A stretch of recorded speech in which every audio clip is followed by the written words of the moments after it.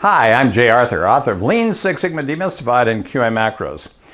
I recently had a chance to help a food company that had frozen meats of various kinds, poultry and so on, and they'd had a chemical spill. Well, what the USDA wanted them to do was prove that it had not affected their food. And so somehow I got called in to help with that. And so I just took, and they had samples from where it was, and then they had a control that came from someplace else that had not had a spill. And so I used the Stat Wizard to crunch through all of the numbers.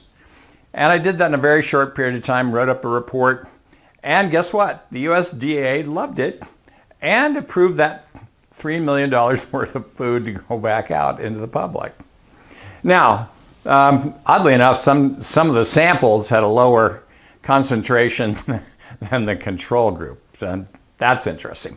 Anyway, so one of the things I wanted you to get this idea of is it used to be hard, but I used the Stat Wizard, which ran an F-test, a T-test, and an equivalence test if need be, and spit out answers and told me in very clear and uncertain terms if the means were the same or different, right? Or that variances were different or not different enough or whatever.